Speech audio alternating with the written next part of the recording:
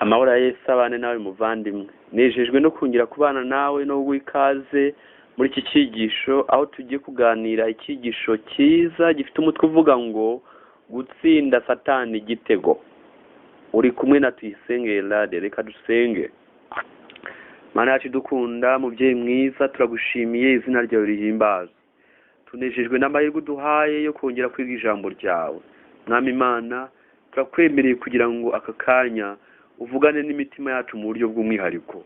Uri mutima uwihererane, ukorera igitangaza wakoreye umusamariyakazi, ukorera igitangaza wakoreye umugore wafashwe asambana, ukorera igitangaza wakoreye Nikodemu. Reka uwo mwiherero tubonere muri iki cyigisho mu izina rya Yesu, amen. Nk'uko mbikubwiye, tugiye kuganira amagambo avuga ngo gutsinda Satani igitego. Abantu baba baragize amahirwe yo kureba umupira w'amaguru, nagira ngo bongere batekereze. Ushobora kuba warawurebye cyangwa se warawukinnye cyangwa se warawumvise, ariko kimwe mu bintu binezeza abantu bajya bakurikirana iby'imipira ni ugutsinda igitego. Igitego kirahenda, ndetse haba ubwo umuntu yemera guhasiga akaguru cyangwa se bamwe bakahasiga imitungo ko hari abatanga amafaranga kugira ngo ibitego biboneke. Igitego ni ikintu gikomeye cyishimirwa. Ntabwo rero tugiye kwiga iby'umupira w'amaguru, ahubwo tugiye kwiga ikintu gikomeye cyo mu ntambara ikomeye. Icyigisho kiravuga ngo gutsinda Satani igitego. Ndagira ngo nongere nkwibutse ko tumaze igihe kirekire mu mukino dukina na Satani. Satani ni adversaire, niwe duhanganye. Rero akenshi twagiye twisanga yadutsinze ibitego.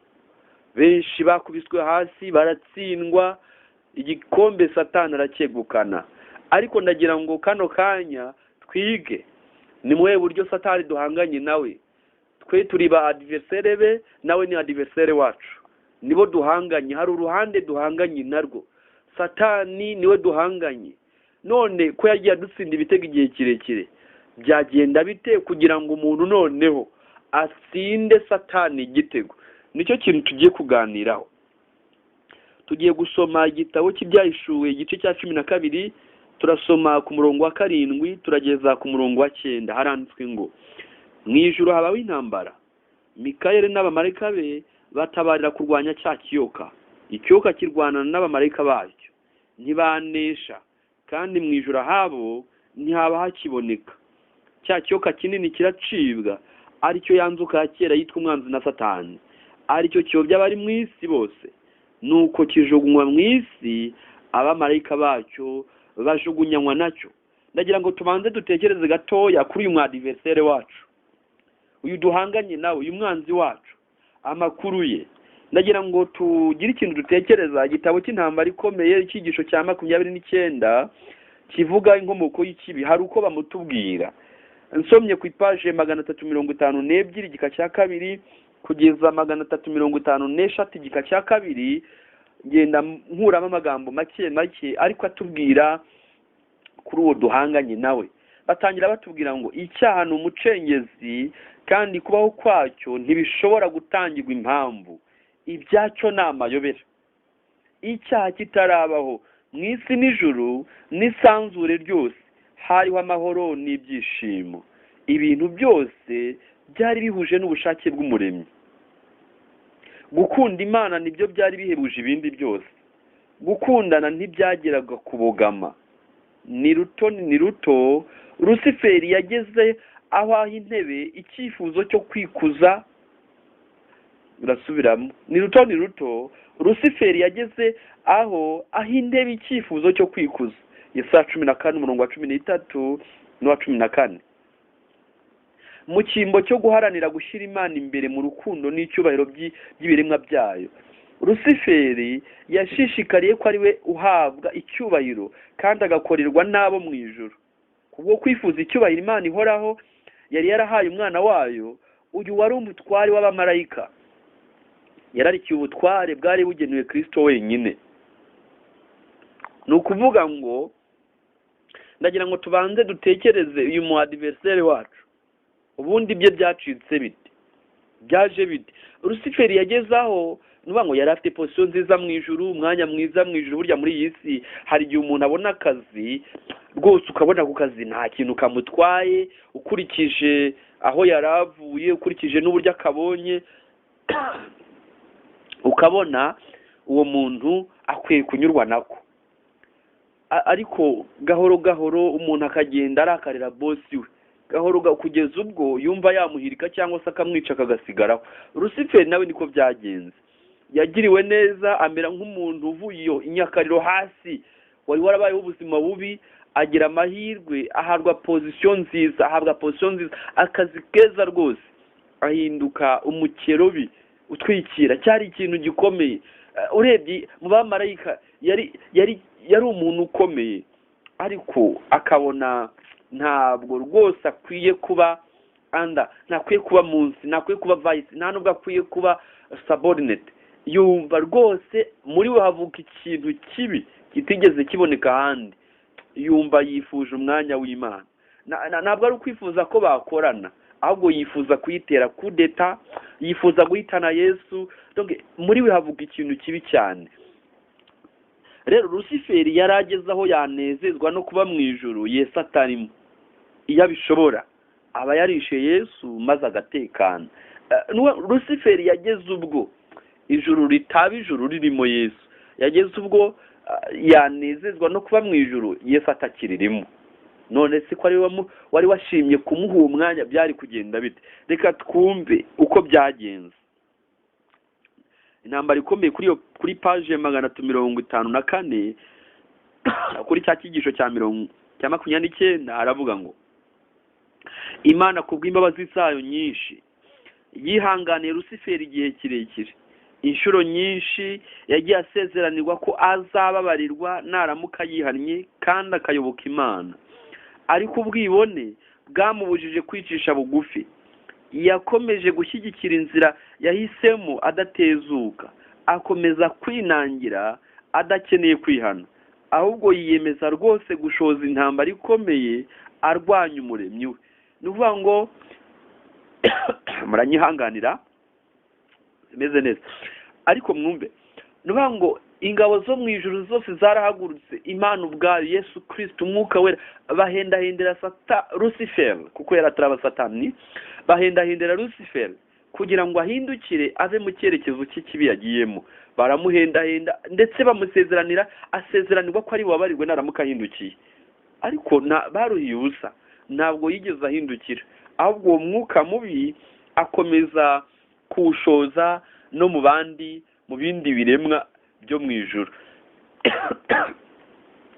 Nuko ikintu gikomeye nshaka kuvuga, kwingingwa bigaragaye yuko ntacyo bimaze, igihe cyarageze Rusiferi acibwa mu ijuru. Igihe kiragira ahinduka Satani, izina Rusiferi araryamburwa ahindurwa Satani. Nuko abaho imibereho, ariko ntiyajugunywe wenyine, ahubwo yajugunyanywe na angel 1/3. Nuvuga ngo 1/3 cy'abamarayika yarabayobeje bahinduka abadayimoni. Iki ni ikintu kibabaje. Biremwa byera byarashutswe maze aracibwa. Dushimire Yesu ko ubwo Satani yatumanukiye afite umujinya, ntabwo Yesu yadutereranye.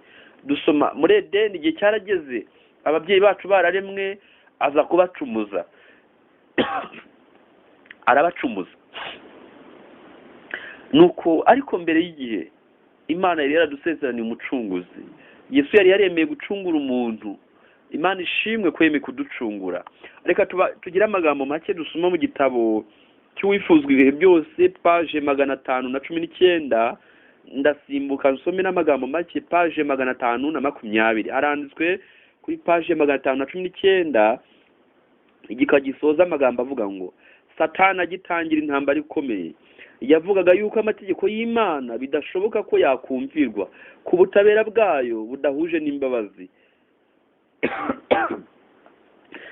kandi ko amategeko aramutse yishwe bidashoboka ko umunyabyaha yababarirwa. Satani yavugaga ko icyaha cyose gikwiye igihano cyacyo, kandi ko Imana iramutse itanze igihano yaba itari Imana y'ukuri n'ubutabera. Ubwo rero umuntu yicaga amategeko y'Imana kandi akanyuranya n'ubushake bwayo. Satani yaranezerewe cyane, yaravuze ati noneho bigaragaye ko ntawashobora kumvira amategeko, kandi ko umuntu adashobora kubabarirwa, kubera ko Satani amaze kwigomeka yirukanywe mu ijuru. Byatumye avuga ko n'inyoko muntu yari ikwiriye kwigizwa kure y'imbabazi z'Imana mu bihe byose. Yaravuze ati Imana ntishobora kugira ubutabera ngo nanone kandi igaragarize umunyabyaha imbabazi.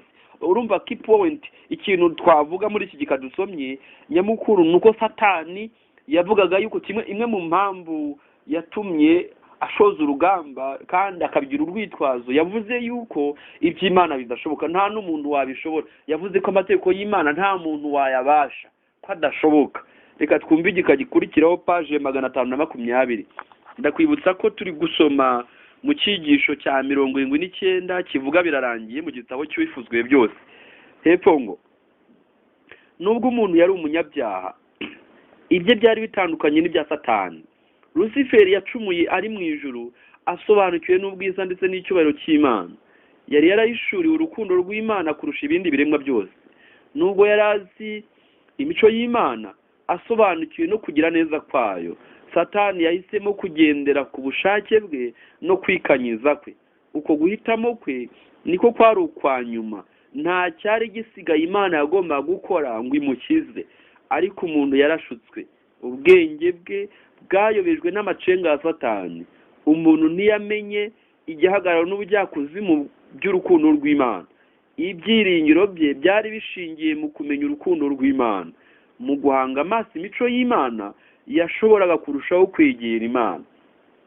Keep point nanone muri iki gika dusomye, ingingo nyamukuru ivugwamo nuko Luciferi ntawamushutse mu gihe umuntu we yashutswe. Luciferi yarasobanukiwe n'urukundo rw'Imana byimbitse, arengaho ikibi kimubonekamo, ariko umuntu we ntabwo yarasobanukiwe n'urukundo rw'Imana, niyo aza gushukwa. Niyo mpamvu Imana mu rukundo rwayo yagambiriye noneho kumumenyesha urukundo rwayo. Urebye iyo niyo ngingo nyamukuru iri muri iki gika. Hari igika noneho nshaka hano, igika gikurikiraho. Imana yerekanye imbabazi zayo binyujije muri Yesu, ariko imbabazi ntizikuraho ubutabera. Amategeko agaragaza ibiranga imico y'Imana, bityo nta n'agace k'inyuguti na kamwe k'ayo mategeko kashoboraga guhindurwa kugira ngo ayo mategeko ahuze na kamere y'umuntu wacumuye.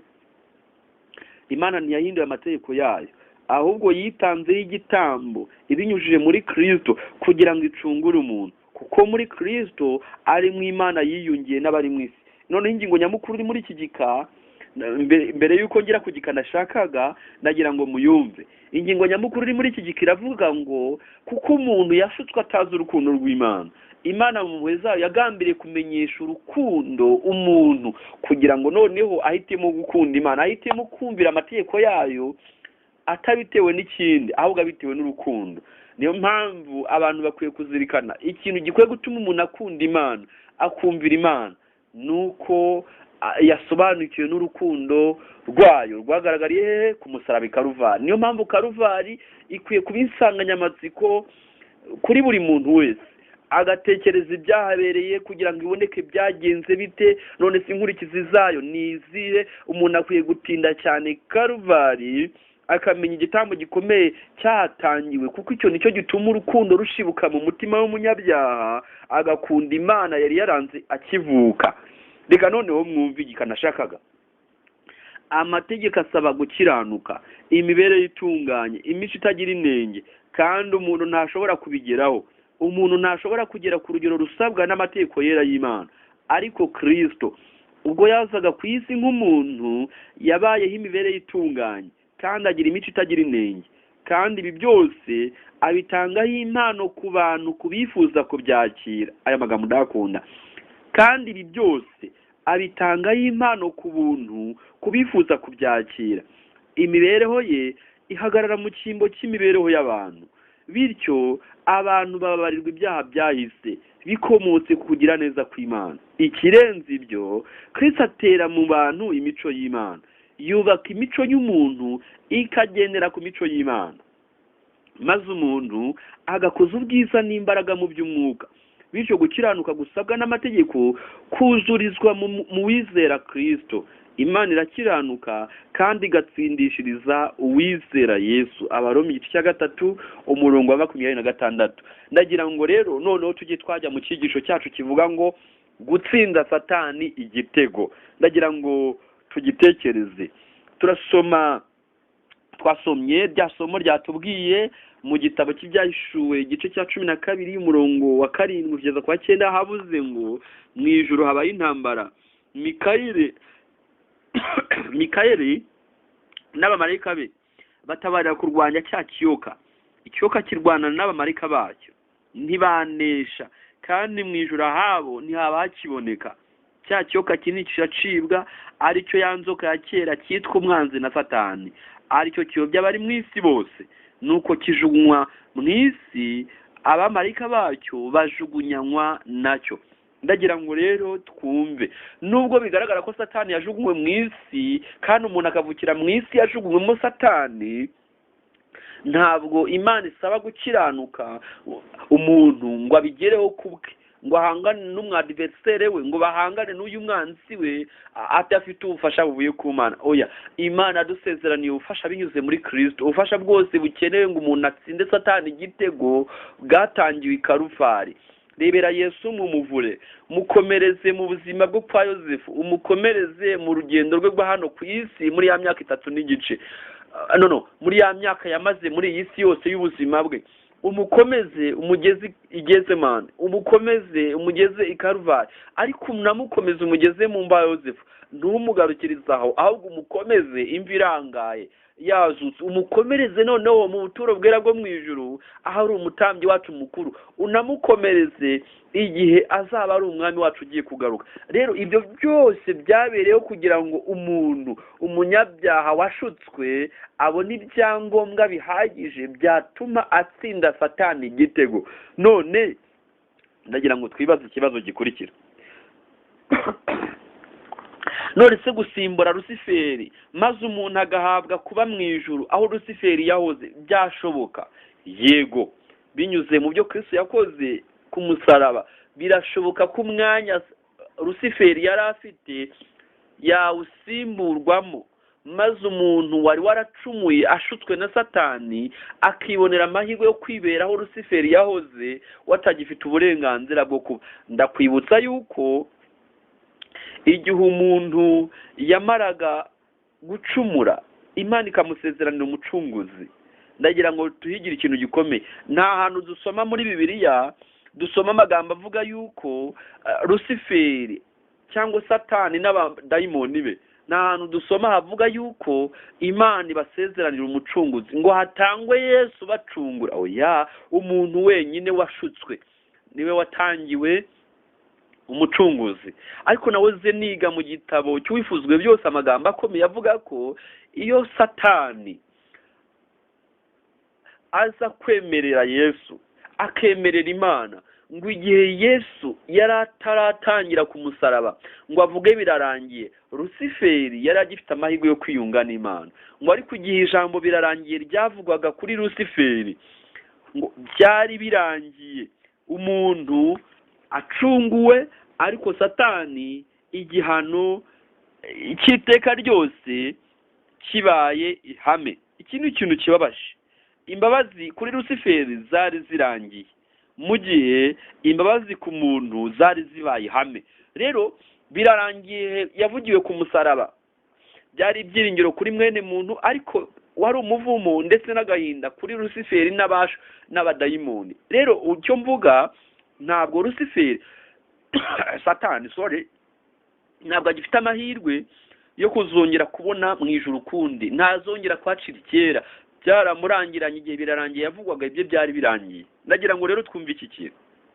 Umuntu afite amahirwe 100% yo gusimbura Rusiferi, gusimbura Satani, maze umuntu akigira mu ijuru, maze amahirwe Satani adafite umuntu akayagira rwose. Rero nagira ngo mbabwire, umuntu afite amahirwe n'uburenganzira bwo gusimbura Rusiferi akibera mu ijuru watagifitiye uburenganzira. None si ibanga ni irihe? Ni ikihe kintu cyatuma umuntu azajya mu ijuru? iki nicyo kintu ngiye gusa n'utindaho, ni naho icyigisho gishingiye, ndifuza ko mwagikurikira. Ni ikihe kintu gishobora gutuma umuntu ajya mu ijuru? Icyigisho mu cyibuke kiravuga ngo gutsinda satani igitego. Turi mu mukino aho duhanganye na satani, turi gukina, akenshi yagiye adutsinda ibitego, ariko igihe kirageze ngo abantu bamenye ibanga rimwe rukumbi ryatuma bajya mu ijuru. Iryo banga ni irihe? Ni ibanga nise ngo ni ugushobora ibyananiye satani. Ndagisubiramo, ikintu kimwe rukumbi gishobora gutuma umuntu azajya mu ijuru ni ugushobora ibyananiye satani. None se ni ibiki byananiye satani umuntu asabwa gushobora? Hari ibintu 14 nagerageje kwandika bikeya kuko ni byinshi, ariko mu ncamake bikubiye mu ngingo ivuga ngo uzashobora ibyananiye satani niwe uzajya mu ijuru wenyine. Iki kintu kirakomeye. Reka dutangire. Ikintu cya mbere satani cyamunaniye ni ukwihana. Twasomye ko muri kiriya cyigisho kivuga inkomoko y'ikibi, twasomye yuko baramuhendahenze, baramwinginga, Imana ubwayo irihagurukira, Yesu ubwo arihagurukira, abamarayika batacumuye nabo barahaguruka, baramuhendahenda ngo nibura yihane, yemere kwisubiraho, ahindukire. Ndakwibutsa ko kwihana ni uguhindura icyerekezo nyine. Hari icyerekezo kibi yari yagiyemo, bamuhendahendera kugihindura, ariko biranga, birananirana. Ni ukuraranga. Igitabo cy'intambara ikomeye kivuga yuko ubwibone no kwishyira hejuru ari kimwe mu bintu byatumye ibyo bintu bimunanira. Rero ubwo Rusiferi satani yananiwe no kwihana kugira ngo umuntu azajye mu ijuru, biramusaba yuko ashobora icyananiye satani aricyo kwihana. None muvandi, ufite imyaka ingahe? Ubutumwa bwo kwihana no kubabarirwa ibyaha umaze igihe kingana icyo ubwumvise? None se niba umaze igihe kirekire ubwumvise, ndagira ngo nongere nkwibutse ko ubu butumwa ni ubutumwa Yesu yasize avuze ko bugomba kubwirwa isi. Ubutumwa bwiza bwanditswe na Luka igice cya 24 umurongo wa 45 kugeza ku murongo wa 47 handitswe amagambo avuga ngo maze abungura ubwenge ngo basobanukirwe n'ibyanditswe.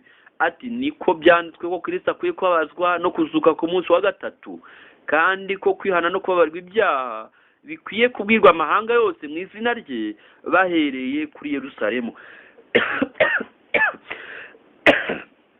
Nabasabye kunyihanganira, I'm not feeling well, ntabwo meze neza, ariko amagambo icyigisho cyo muraza kucyumva n'ubundi. Ndagira ngo mwumve kimwe mu bintu bigomba kubwirwa isi kandi bahereye ku muntu wese, bigatangira kuje kubivuga, ni ingingo yitwa kwihana no kubabarirwa ibyaha. Kubera icyo ari cyo kintu kigomba kubwirwa abantu, nicyo kintu cya mbere cyarananiye Rusiferi, cyaramunaniye pe, baramuhendahenda ngo yihane, wapi, biranga. Rero niba wifuza kuzabona ijuru satani adafite uburenganzira uyu munsi, biragusaba kushobora icyamunaniye cya mbere cyitwa kwihana. Aho ntiwasanga nawe byarakunaniye. None se wowe uvuga ko wihannye, amakuru yawe, ndakwibutsa ko urugendo rwo kwihana ntabwo ari urugendo rw'umunsi umwe, ntabwo ari urugendo rw'icyumweru. Oya, umuntu asabwa gutangira urugendo rwo kwihana. Ibyo cyaba ikindi cyigisho, ariko kwihana ashaka kukwibutsa yuko ntabwo ari event, ahubwo ni nka process. Ntabwo ari igikorwa kiba ku kanya, ahubwo ni urugendo. Hari ibikiranga, hari ibigaragaza ko icyo kintu cyatangiye. Noneho hari n'ibigaragaza yuko icyo kintu kiri gukorwa kandi kimeze neza. Ntabwo twanateguye kubivugaho cyane, nashaka kuvuga mu ncamake, kugana Yesu iravuga ngo kwihana ni ukubabazwa n'icyaha no kugicikaho. Igitabo cy'iby'abadivanse bizera aho baranditse baravuga ngo kwihana ni uguhindura icyerekezo. Rero ukeneye kumenya niba kuko warahinduye icyerekezo. Aho ntabwo watangiye umukino ukinira satani. Umuntu watwigisha icyigisho neza cyo kwihana ni umuntu witwa Sawuli, waje guhinduka Pawulo. Sawuli atangira umukino akinira satani, akamutsindira ibitego bihagije. Yagiye akina mu ikipe ya satani agatsinda ibitego agatsinda ibitego ikipe y'Imana, ariko igihe kiragera hari ikintu cyitwa kugura abakinnyi. Aza kumenya yuko igihe cyageze Yesu agatanga ikiguzi gikomeye ikaruvari, maze yifuza kugura uwo mukinnyi witwa Sawuli. Igihe yamuguraga yamuguze igiciro gihanitse, mwabavandimwe, yamuguze karuvari. N'ubutunzi bwose bw'ijuru, n'uvuga ngo ijuru ryisitse ubusa ritanga ubutunzi bwose kugira ngo Pawulo aboneke. Nuko agura uwo mukinnyi nawe arabyemera, yemera gukinira ikipe y'Imana. Iki ni ikintu gikomeye. Igihe rero yemeraga gukinira ikipe y'Imana, Satani yaranyazwe, wahinduka umunyago w'Imana, maze Pawulo atangira gukinira ikipe y'Imana, akajya atsinda ibitego mu ikipe ya Satani bihagije, arayitsinda bihagije. Icyigisho kiravuga ngo gutsinda Satani igitego. Ndaza kubabwira ikintu gikomeye. Rero Pawulo niwe twabona washoboye, umwe mu bantu bashoboye ikintu cyananiye Satani cyitwa kwihana. Yavuye mu ikipe, guhindura icyerekezo, ni ukuva mu ikipe ya Satani ukaza mu ikipe y'Imana. Aho ntiwasanga wihenda kuri mu ikipe y'Imana kandi uri gutsindira Satani ibitego. Ukeneye kubitekereza neza. Turi mu gihe gikomeye aho umuntu akwiye kugenzura ikipe akinira iyo ariyo. Dufite amahirwe ku ikipe dukinira, ikipe ya Yesu. Ni ukuri iyo dusomye Bibiliya y'ukuntu itubwira ikintu gikomeye cyane. Itubwira yuko uyu mukino bizarangira ari Yesu utsinze. Ni byiza abantu bakurikira ibintu bigendanye n'umupira w'amaguru. Hari ibintu byateye muri iyi minsi byitwa kubetinga. Abantu bajya babetinga, abamo tekinike. Hari igihe bamwe kubera ko batanze amafaranga kugira ngo baze kwitsindisha ibitego, hari abantu babetinga bikaba ngombwa yuko bashyiraho amafaranga menshi kuko bazi ko umukino uri buze kurangira, bikarangira baguriye ikipe ngo ize kwitsindisha ibitego, bikarangira bariya abantu umukino kuko baba bafite icyizere cy'uko umukino uza kurangira, bigatuma babona amafaranga menshi, bagafata ikipe ikomeye cyane muri ya makipe azwi, ikitsindisha ibitego, igatsindwa n'agakipe kandi ko hasi rwose. Reka noneho mbabwire ikintu gikomeye. Mu cyigisho twize mu minsi 100 y'amasengesho, mu cyumweru cya 14 tariki 26 Kamena kugeza tariki 9 Nyakanga, ibintu twize mu ntangiriro y'icyo cyigisho byateguwe na Mark Finnery. Hari ikintu gikomeye ku ngingo ivuga ngo tuzi uko inkuru irangira. Aravuga ngo imwe mu mpamvu nyamukuru ituma tutagomba kubaho mu bwoba, guheranwa n'agahinda, guhangayika ndetse n'intimba zo muri ubu buzima, nuko tuzi uko inkuru irangira. Tuzi ko indwara atari zo zigira ijambo rya nyuma, rigirwa na Kristo wenyine. Habayeho coronavirus cyangwa izindi virusi zose zibaho, ibiza, ibyago cyangwa intambara kirimbuzi, nyamara ibyo byose ntibizatsemba ubuzima bwose ku isi. Dufite isezerano ridakuka ryo kugarwa kwa Yesu. Turabona inzara ziriho, turabona imitingito, turabona guhangayika kw'amahanga, turabona gututumba kw'intambara zikoresha ibitwaro bya kirimbuzi, turabona uko intambara zikoresha intwaro z'uburozi zitsemba ibintu byinshi, turabona ihindagurikire y'ikirere, turabona uko ibyorezo bihitana ubuzima bw'abantu ibihumbi n'ibihumbi. Turabona ibi bintu byose, ariko dufite ibyiringiro bidushoboza gutera imbere mu bihe bikomeye byo muri ubu buzima. Hariho ibyiringiro dufite bitubashisha kubinyuramo. Twasomye ibice bya nyuma bya Bibiliya, tuzi uko inkuru irangira. Mu byahishuye 21 umurongo wa 4 n'uwa 5, Yohana yaranditse ati, izahanagura amarira yose ku maso yabo, kandi urupfu ntiruzabaho ukundi, kandi umuborogo cyangwa gutaga cyangwa kuribwa ntibizabaho ukundi kuko ibya mbere bishize. Yicara kuri yane biravuga iti, dore byose ndabihindura bishya. Kimwe n'intumwa Pawulo yaravuze iti, dutegereje ibyiringiro by'umugisha, ari byo kuzaboneka ku bwiza bwa Yesu Kristo. Tito 2:13. Turaba divansi umunsi wa 7, kandi nitwibagiwe umurage wacu. Kristo agiye kugaruka kandi araza vuba.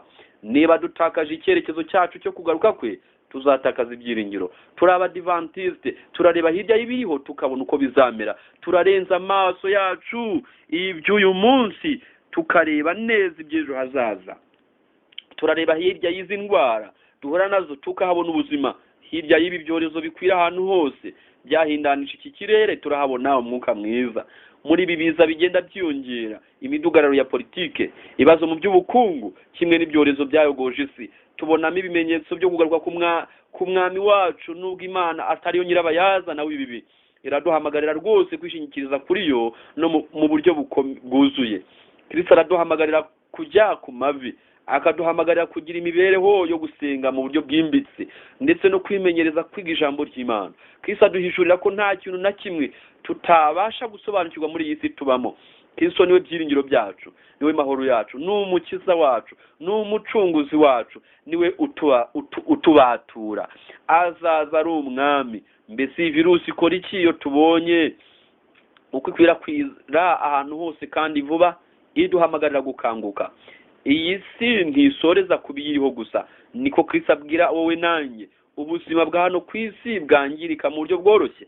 Buri wese muri twe aba muri iyi si afite umubiri wangirika ubusa, ariko hirya yawo hariho ikintu kirushijeho kuba cyiza tugiye kuzabona, ni ikuzo rya Kristo uzaza mu bwiza bwe. Haleluya! Hari ikintu cy'igiciro cyinshi cy'ubuzima buzabaho hirya y'ubu dufite kuri iyi si. Ubwo ni Yesu Kristo. Mbese ntiwamwemerera agataha mu mutima wawe kugira ngo agukuremo ubwoba, akongerera imbaraga mu byemezo byawe no kugufasha mu kwitegura kugaruka kwe? Mu ncamake nagira ngo tuvuge iyi kipe dukinira yitwa iya Yesu. Amakipe nabi, hari ikipe ya Satani, hari n'ikipe ya Yesu. Ikipe dukinira, impamvu nsomye aya magambo avuga ngo tuzi uko inkuru irangira, nashatsemo ijambo rivuga ngo iyi nkuru tuzi uko irangira itese. Irangira Yesu atsinze, irangira Yesu agarutse. Ni amahirwe iyi kipe dukinira, ni ukuri nizegukana igikombe, nizegukana intsinzi. Mbega amahirwe gukina ikipe ya Yesu, ni amahirwe gukina ikipe uzi yuko ari izatsinda. Benshi bajya bavunika, bamwe bakagira imvune zitazigera zikira kandi bakiniraga ikipe itazigera itsinda. Mbega uburyo biteye agahinda. Twebwe turi gukinira ikipe izatsinda. Iyo rero usobanukiye ko ukinira ikipe izatsinda, ushobora kwihanganira imvune uri bukuremo niyo umurundi bawumena, yewe n'igufwa rikameneka ntacyo, niyo waba kajoriti, ariko ugakomeza ukaba umukinnyi wo mu ikipe izatsinda, ntacyo bitwaye. Igikombe, intsinzi, kubyina intsinzi, icyo gikombe nawe uzakibonaho umugabane, nawe uzabyina intsinzi yuko ikipe yawe itsinda. None se uyu munsi bimeze bite?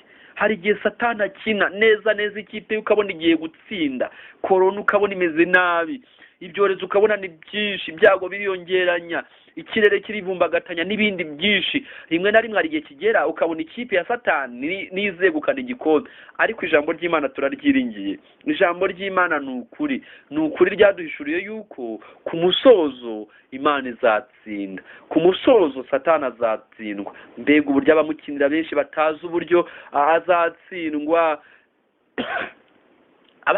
Abahisemo gukinira ikipe ya Satani bafite ikibazo kibakomereye, kuko bidatinze azababwira ikintu kibabaje. Azababwira ati, mwankiniraga mutazi ko Bibiliya yahishuye yuko nzatsindwa umukino uheruka. Ariko abakinira ikipe ya Yesu bafite ibyiringiro, nibakomere. Rero niba wifuza kuzabyinira intsinzi y'igikombe cy'ikipe ya Yesu, ndagira ngo nkubwire ko ibanga ari rimwe, ni ugushobora ibyananiye Satani. Icyigisho turi kwiga kiravuga ngo gutsinda Satani igitego. Ikintu cya mbere ngubwiye cyananiye Satani ugomba gushobora niba wifuza kuba mu ijuru, ni ukwihana. Byaramunaniye pe. Icya kabiri cyamunaniye ni uguca bugufi. Mbega uburyo iki kintu gikomeye, guca bugufi byaramunaniye. Abantu benshi uzasanga ingingo yitwa guca bugufi ni ingingo ikomeye, benshi yarabananiye. Uzareba umwana ukivuka bashaka icyubahiro, uzareba utangiye kumenya ubwenge, atangira ubona biteye ubwoba, abakunda icyubahiro. Umwana muto nawe batifuza gusuzugurika. Ariko mu kuri kwicisha bugufi ni kimwe mu bintu bikomeye cyane, ko kwicisha bugufi ni imwe mu mbuto z'umwuka. Reka twumve mu gitabo cy'imibereho yejejwe ikintu bavuze kuri iyi ngingo. Imibereho yejejwe paji ya 13 igika cya 2 kumanuka. Haravuga ngo imbuto irusha izindi agaciro yo kwezwa ni ubuntu bwo kwicisha bugufi. Iyo ubu buntu bufite icyicaro mu bugingo, bugufasha guhindura imitekerereze n'imyifatire wari usanganywe. habaho gukomeza kwihanganira mu Mana no kwiyegurira ubushake bwayo. Ubwenge bukarushaho gusobanukirwa n'ukuri kose gukomoka mu ijuru, maze ubushake bwose bugacishirizwa bugufi kwemera amategeko yose y'Imana, nta gushidikanya cyangwa kwitotomba. Kwicisha bugufi nyakuri koroshya kandi kukuzura umutima kandi kugahesha intekerezo kwitegurira komatana n'ijambo ry'Imana, bikabashisha ibitekerezo kumvira Yesu Kristo, bigakingurira umutima kwakira ijambo ry'Imana nk'uko byagendekeye Lidiya. Bidushyira hamwe na Mariya nk'abifuza kwigira ku birenge bya Yesu. Abicisha bugufi azabayobora mu byo gukiranuka, abicisha bugufi azabigisha inzira ye. Igika cya gatatu, imvugo y'uwicisha bugufi ntijye bamo kwirata, kimwe n'umwa wenda reka ngarukira icyo navugaga.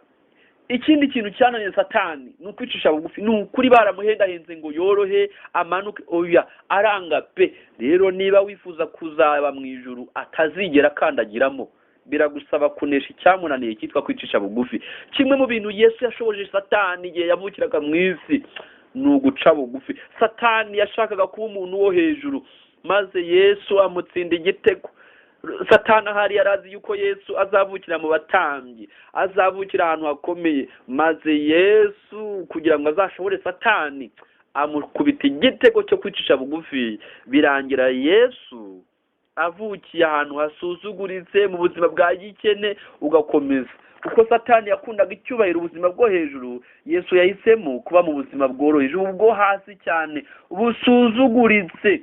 Ntabwo nk'uko indirimbo bivuga, ntabwo yigiye mu mashuri meza, ntabwo yavukiye muri za berceau, nta n'ibitaro bihenze yavukiye, ahubwo yavukiye ahantu horoheje cyane kugira ngo icyananiye Satani agishobore kandi azagishoboze n'abandi bantu bazamwizera. Iki kintu ndagira ngo mucyumve. Ndongera nkwibutsa amagambo nagusomeye mu wifuzwe byose page 520 avuga ngo ariko Kristo ubwo yazaga ku isi nk'umuntu yabayeho imibereho itunganye kandi agira imico itagira inenge, kandi ibi byose abitangaho impano ku buntu kubifuza kubyakira. Imibereho ye ihagarara mu cyimbo cy'imibereho y'abantu, bityo abantu bababarirwa ibyaha byahise bikomotse ku kugira neza kw'Imana. Ikirenze ibyo, Kristo atera mu bantu imico y'Imana. Ni ukuvuga ngo no guca bugufi Kristo abitangaho impano ku muntu wese umwemeye. Rero kimwe mu bintu byananiye Lucifer ni uguca bugufi. Satani guca bugufi byaramunaniye. Kugira ngo rero Satani acecekeshwe nuko Yesu yashoboye ibyamunaniye. Noneho ngo Yesu azahindukire ashoboza abamwakiriye bose ibyananiye Satani. Icya gatatu cyananiye Satani ni ukwatura ibyaha. Ibi bintu byaramunaniye, yarahemutse, ateza imyivumbagatanyo mu ijuru, ateza umwiryane mu ijuru, baramuhendahenda ariko bibujya ubusa. Rero iyo abyemera, iyo abishobora, aba yaratuye ibyaha bye, ariko byaranze arinangira. Dusoma mu gitabo mu rwandiko rwa mbere rwa Yohana igice cya mbere umurongo wa 9 ngo ariko nitwatura ibyaha byacu niyo yo kwizerwa kandi kiranukira kutubabarira ibyaha byacu no kutwezaho gukiranirwa kose. Imana yacu irifuza kutubabarira, iradusaba kwatura ibyaha byacu. None se muvandi, aho ntabwo waba uvuga yuko nta cyaha ugira? Kuri iryo somo nsomye umurongo ubanza uravuga ngo nituvuga yuko nta cyaha dufite tuba tuyise umunyabinyoma. Rero Imana iturarikira kwatura ibyaha byacu. Ibyananiye Satani dusaba kubikora. Bavandimwe, kwatura ibyaha ni kimwe mu bintu bikomeye. Ni ukubera iki kwatura ibyaha ari ingingo ikomeye? Kwatura ibyaha ni kimwe mu bintu, hari ibintu bibiri twavuga ku kwatura ibyaha. Kwatura ibyaha bituma ubyatuye azinuka icyaha, bituma cyanga urunuka, maze ryahame byasezerano dusoma mu Itangiriro 3:15 rigasohora, nzashyira urwango hagati yawe n'uyu mugore. Iyo umuntu ari mu nzira yo kwatura ibyaha, Imana imushoboza ko hagati ye n'icyaha haboneka urwango, bituma hagati ye n'icyaha haboneka urwango, umuntu akacyanga rwose.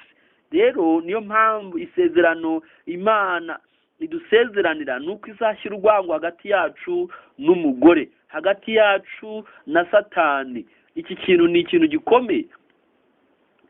Ndagira ngo wenda kugira ngo tucyumve neza tugiye gusoma mu cyigisho cyanditswe na Mark Funery icyigisho twigeze twiga kera cyavugaga ngo ububyutse n'ivugurura. Ni icyigisho nakunze cyane, cyari kirimo amagambo meza. Icyigisho ni icyigisho cyaje mu gihembwe cya gatatu 2013. Hari amagambo nakunze ku rupapuro rumwe rwa 43 handitswe amagambo avuga ngo ni ku ipaje 66 ku cyigisho kivuga ngo kwatura no kwihana ibyangombwa bibanziriza ububyutse. Baravuze ku ngingo yo kuwa gatanu ku itariki 8 Kanama amagambo avuga ngo kwatura kumena ikibyimba cy'umutima uducira urubanza maze bigatuma imyanda y'uburozi y'icyaha ikamukamo. Kwatura gukiriza mu nzira nyinshi, kugururira imitima yacu kwakira ubuntu bw'Imana. Mu kwatura twemera imbabazi Kristo yaduhereye ubuntu ku musaraba. Kwatura kurakiza kubera ko gutuma twakira ubuntu twagiriwe. Kwatura gusenya inkuta ziri hagati yacu n'abandi bantu.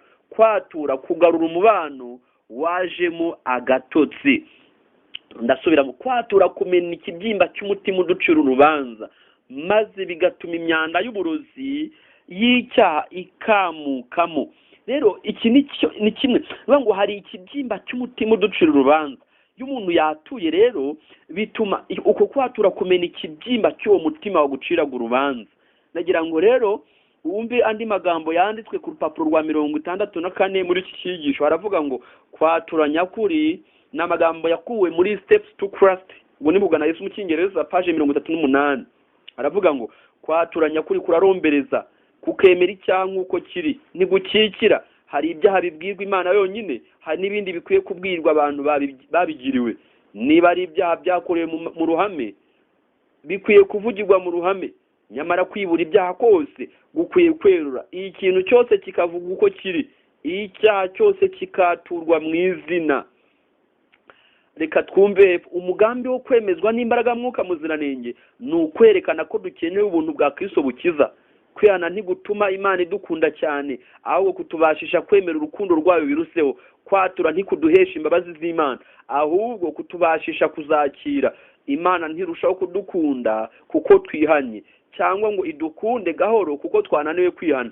Urukundo idukunda ntirugajuka. Icyangombwa gusa ni uburyo twakira mwuka muziranenge mu mibereho yacu.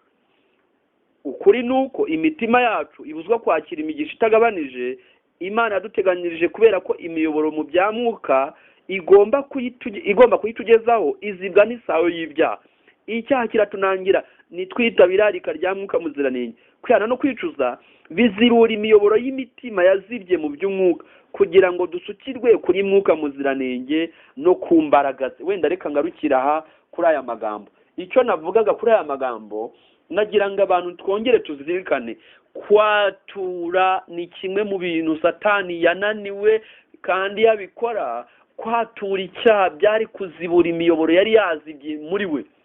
Rero iyi ni ingingo dukeneye natwe kuzirikana tukayitaho, kuko turayikeneye cyane kugira ngo natwe kwatura bimena ikibyimba cy'umutima uducira urubanza, bisibure umubano wacu wajemo agatotsi hagati yacu n'undi muntu, hagati yacu n'Imana, wongere ubeho.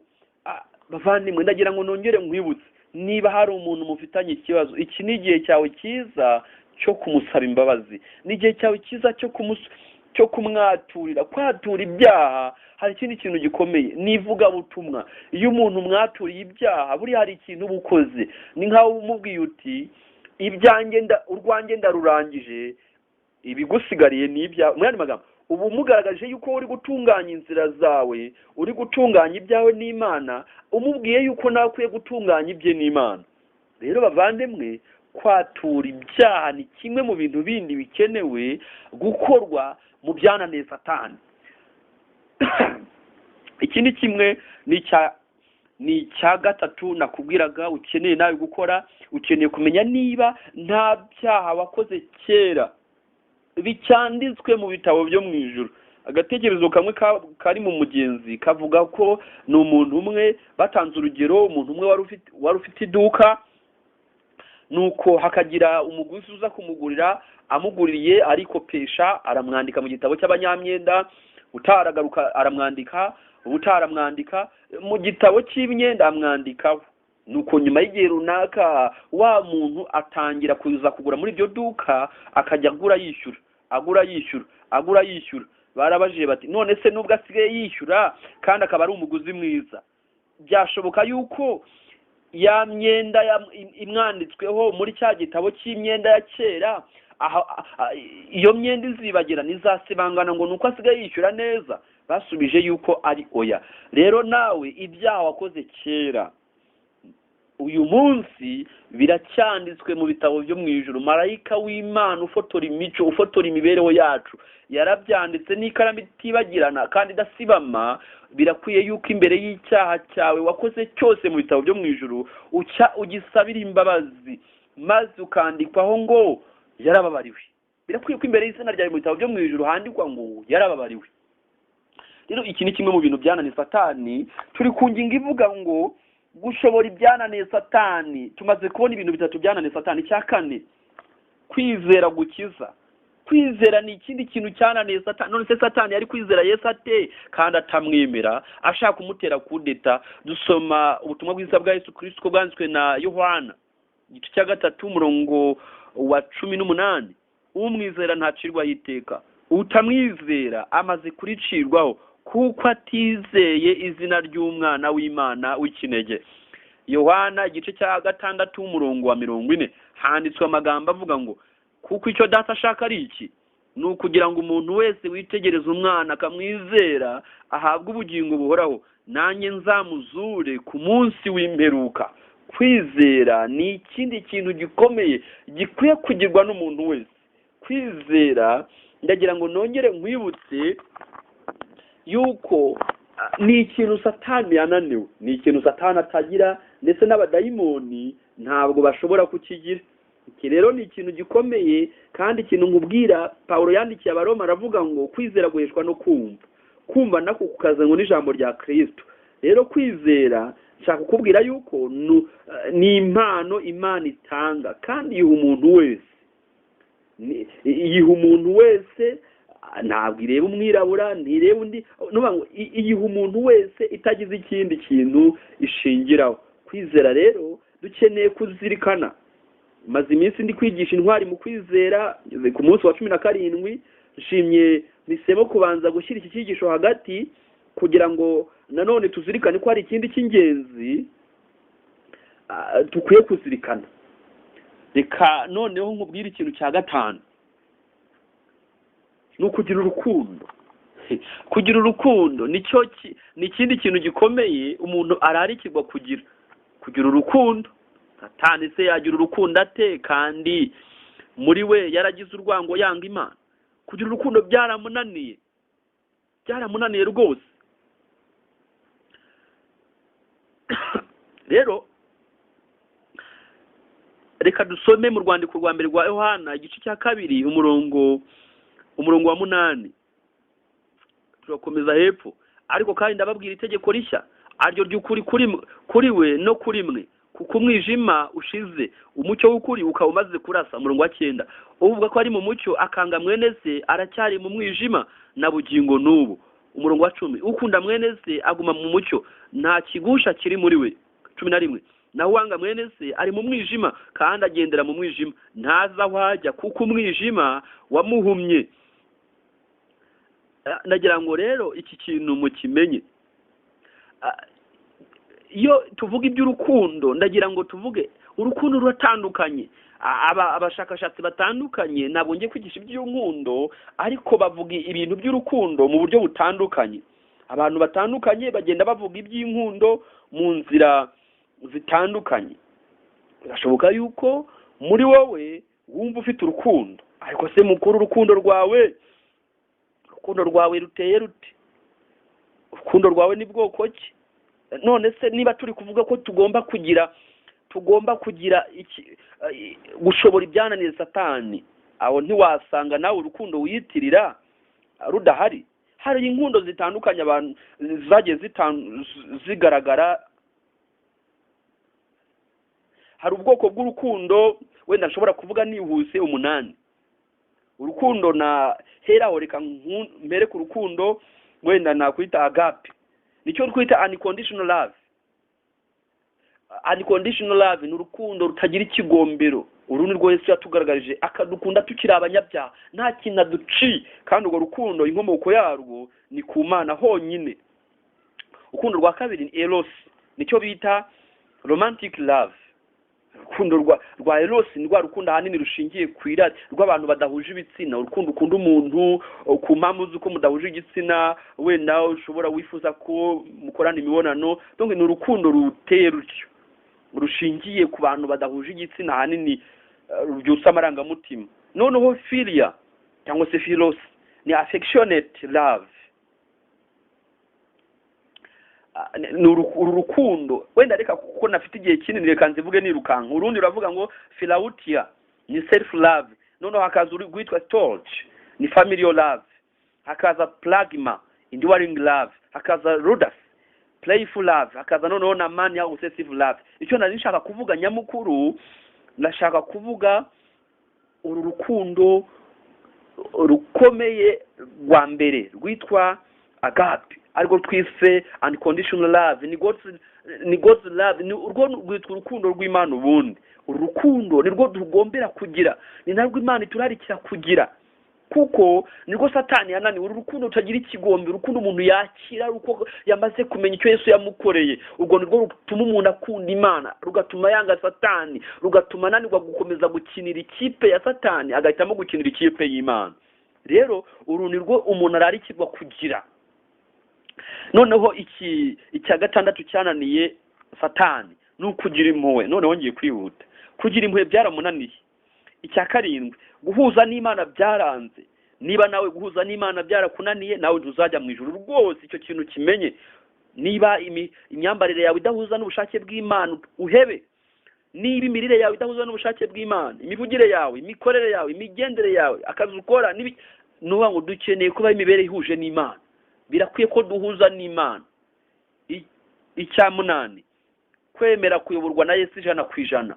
Niba Yesu akuyobora 50%, ntabwo ari ukuyobora, ni Satani ukuyobora. Birakwiye ko Yesu akuyobora 100%.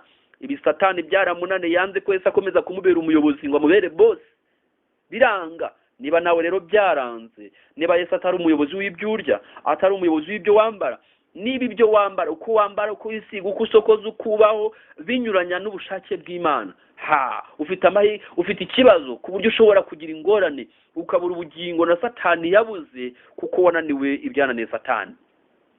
Icya 9, kwera imbuto z'umwuka. Abagalatiya 5 igice cya 22, none igice cya 5 22 na 23.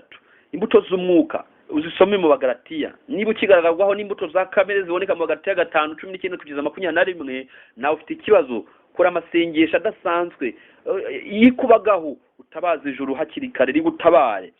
Ikintu cya 10 ni ugukiranuka muri byose.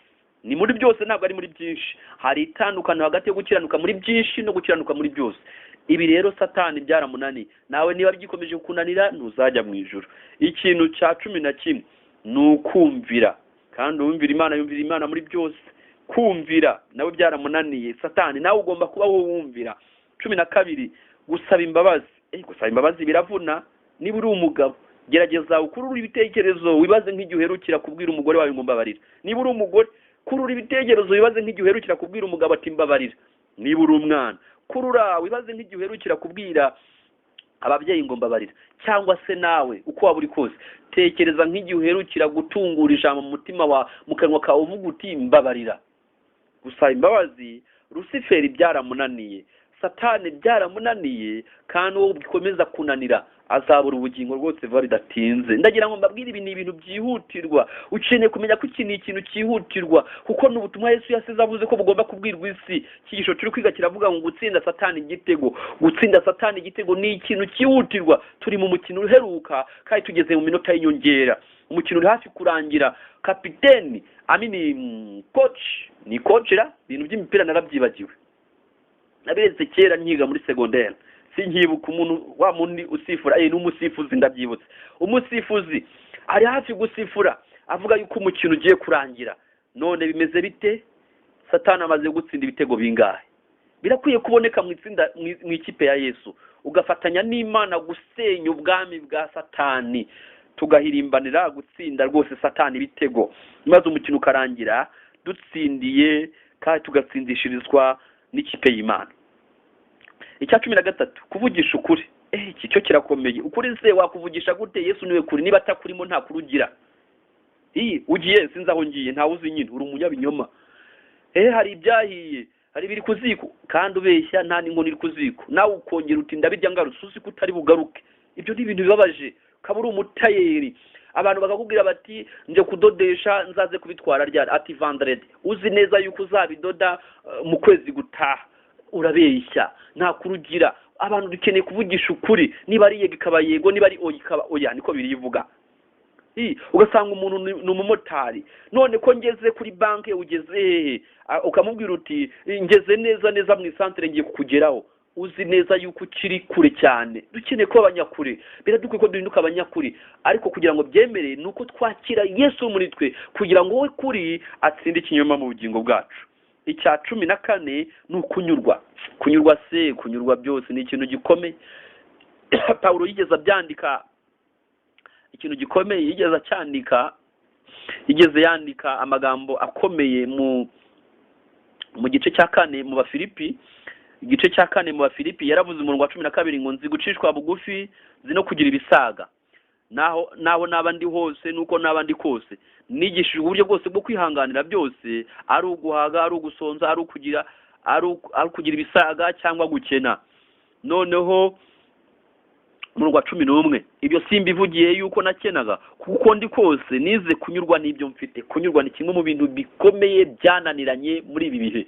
Abantu ufite ubonye akazi koroheje, ahitagirira ishyari ukamuhaye, ugasanga ni ibibazo byabaye kuri Rusiferi mu ijuru, nibyo byageze muri twe. Kutanyurwa bimaze kuboneka mu bantu. Bibiliya irambwira ngo icyakora kuba Imana yo gufatanije no kugira umutima unyuzwe bivamo inyungu nyinshi. Nukuri dukeneye kunyurwa. Rusiferi uyu tuvuga yari afite position ikomeye mu ijuru, ariko ntibyamunyura, ashaka gutera Imana kudeta, birangira ashakishije byinshi yabona na duke yari afite. Ubazarimbuka, ingorane azahabwa n'umuriro, ni gehinomu, azabura ijuru by'iteka ryose. Rero kutanyurwa ni kimwe mu bintu byabaye intandaro y'ibindi byose. Vandimwe, reka mbabwire, twongere tuzirikane yuko twavuye mu nda za ba mama nta kintu twambaye, nta kintu twari dufite. Nukuri twari naked, twambaye ubusa, kandi nta kintu twari empty, nta kintu twari dufite. Tugira amahirwe duhera kuri 0, tubona imyambaro aho yaba yaturutse hose, ari impano ari niki. Tugira amahirwe, ntacyo twari tunazi. Turigishwa, turiga, bigenda biza bikura. Imana igenda duha amahirwe. Bamwe babona igare, abandi bava ku igare babona moto, abandi babona imodoka, bamwe bava kuri moto, abandi babona indege. Bigenda bizamuka gutyo. None se muvandi, urinda ugira umwuka wo kutanyurwa, uribuka ko waje mu isi ntacyo uzanye. Ndagusabira impano yo kunyurwa. Imana iduha impano yo kunyurwa, tunyurwe. Ibyo ari byo byose, nubwo twaba tugaragarwaho no kuba hari icyo tubuze, ako ntabwo tumeze nk'uko twavuze. Ibyo byose hari icyo dufite. Rero shimira Imana. Bibiliya imbwira isomo nkunda cyane muri Zaburi y'116. Ni Zaburi nkunda cyane, amagambo meza nkunda. Hari amagambo Zaburi 116 haravuga ngo, no murongo wa 7, mutima wanjye subira mu ruhukiro bwawe, kuko Uwiteka yakugiriye neza. Birakwiye ko umutima wawe utuza. Niby'ukuri ntabwo ufite ibinabiriye, ariko hari ibyo ufite, ntabwo ukiri nk'uko wavutse. None se ntabwo bikwiye yuko umuntu yanyurwa? Uzi ko iyo umuntu anyuzwe aryama agasinzira, iyo umuntu anyuzwe ntabura ibitotsi, ntarwara umutwe. Imana iduha impano yo kunyurwa. Ndagira ngo rero dusoza twumve iki kitonderwa. Ibintu byose n'ibindi ntarondoye byananiye Satani 100%, kandi n'umuntu wa kamere byamuvuna ntiyabibasha. Ubasha ibyananiye Satani wenyine niwe uzajya mu ijuru. Abantu bagomba gutsindishiriza Imana, bagahamya ko iby'Imana isaba bishoboka. Ndagira ngo nongere mbibutse ku rupapuro rwa 519 mu gitabo cy'uwifuzwe byose igika cya nyuma, havuze ngo Satani agitangira intambara ikomeye yavugaga yuko amategeko y'Imana bidashoboka ko yakumvirwa, ku butabera bwayo budahuje n'imbabazi, kandi ko amategeko aramutse yishwe bidashoboka ko umunyabyaha yababarirwa. Rero Satani kimwe mu bintu yavugaga akimara gucumura, yavugaga yuko amategeko y'Imana adashoboka. ndagira ngo mbabwire igihe kirageze ngo abantu baboneke ari urutonde rurerure. Maze igihe nigisha urutonde rw'intwari mu kwizera, nagambiriye kwigisha intwari 20 ngeze kuri 17 ndabure 3, ariko umugambi nari mfite kwari kugira ngo abantu baboneke mu rutonde rushya rw'intwari mu kwizera z'uyu munsi. Rero harakwiye kwaboneka urundi rutonde rw'abantu bashoboye ibyananiye Satani. Nifuza kurubaho, nawe nkwifurije kurubaho. Birakwiye kwaboneka abantu batsindishiriza Imana. Satani ati iby'Imana ntibishoboka, umuntu ati birashoboka. Umusore Satani ati nta muntu wava mu busore akiri imanzi. Umusore ati birashoboka ko umuntu yava ari imanzi. Satani ati birashoboka ko nta mukobwa wava mu mukobwa akiri isugi. Umukobwa ati birashoboka kuko nanjye byarashobotse. Donc birakwiye yuko bigaragara yuko umuntu yaba wadasambana, umuntu yaba hatiba agakira ati byatanyireje imitungo ya leta ngo abantu bajye no kubazwa ibintu bitandukanye bajyanywe mu magereza. Birakwiye yuko rwose haboneka abantu batsindishiriza Imana, bakavuga bati umuntu yaba atiba, adasambana, atica, ataruga, nukuri dukwiye gutsindishiriza Imana ngo bigaragare yuko iby'Imana bishoboka, ibyananiye Satani bigashoboka. Ndagira ngo mbabwire ibanga se ni irihe? Ibanga ni irihe? Ibyahishwe 12 umurongo wa 10 n'uwa 11. Numva ijwi rirenga rivugira mu ijuru riti none hagakiza karasohoye, gasohoranye n'ubushobozi n'ubwami bw'Imana yacu n'ubutware bwa Kristo bwayo, kuko umurezi wa bene data ajugunywe hasi wahoraga bariga ku manywa na nijoro imbere y'Imana yacu. Umurongo wa 11 niwe nashakaga. Arambwira ngo, haravuga ngo nabo bamunesheje amaraso y'umwana w'intama n'ijambo ryo guhamya kwabo, ntibakunda amagara yabo, ntibanga no gupfa. Bavuze ikintu gikomeye. Bavuze ko ibanga ryo kunesha ari irihe? Bavuze ko ibanga ryo kunesha ari amaraso.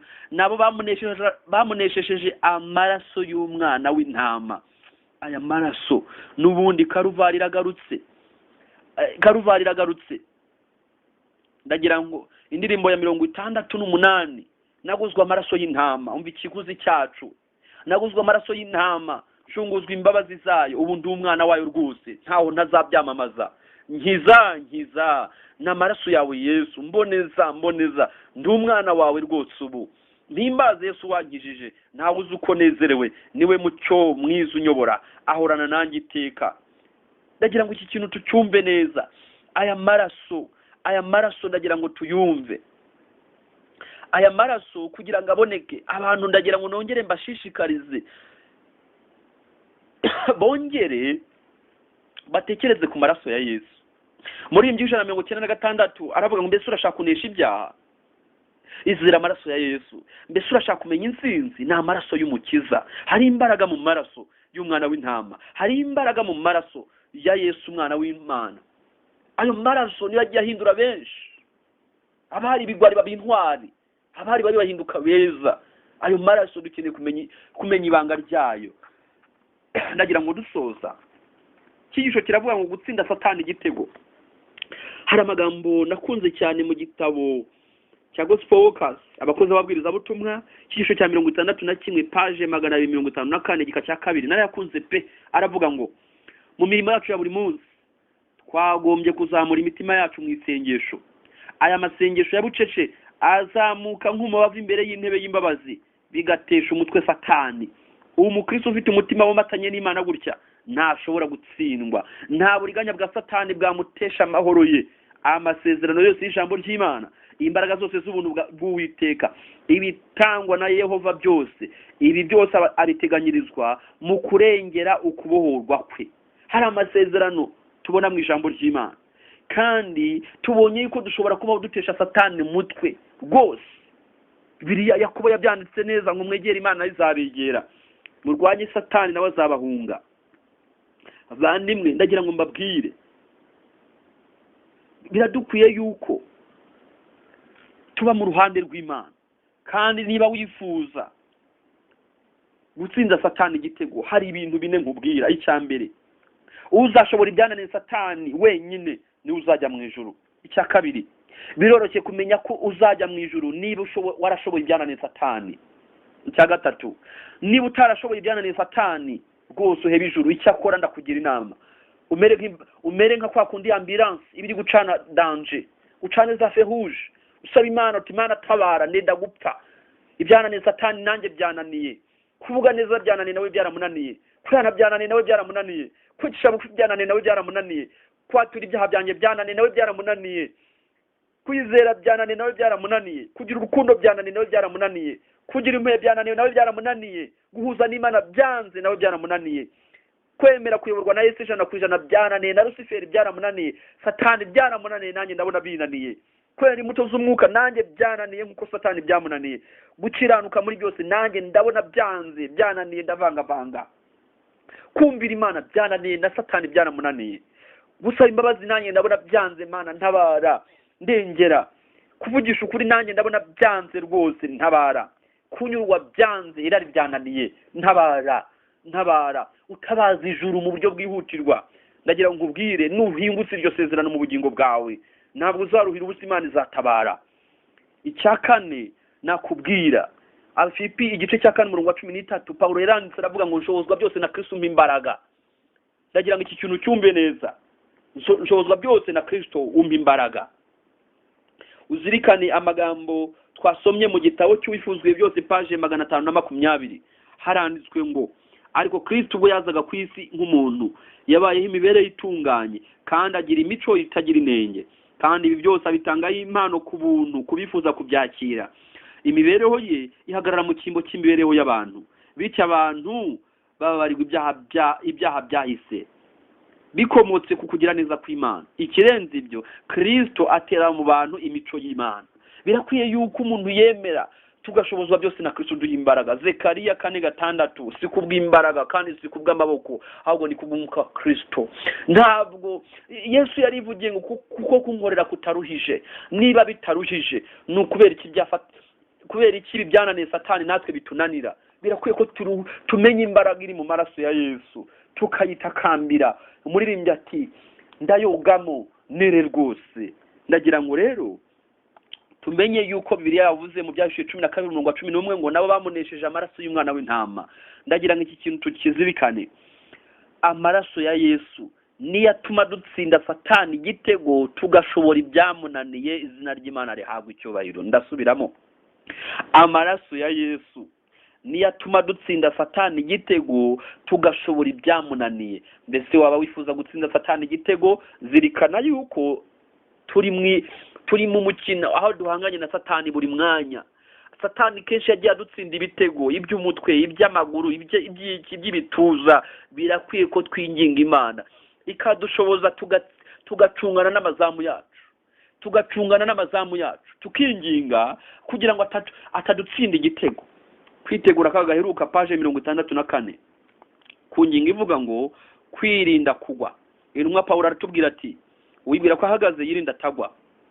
Twese tuzageragezwa, ariko nta numwe muri ugomba kugwa byanze bikunze.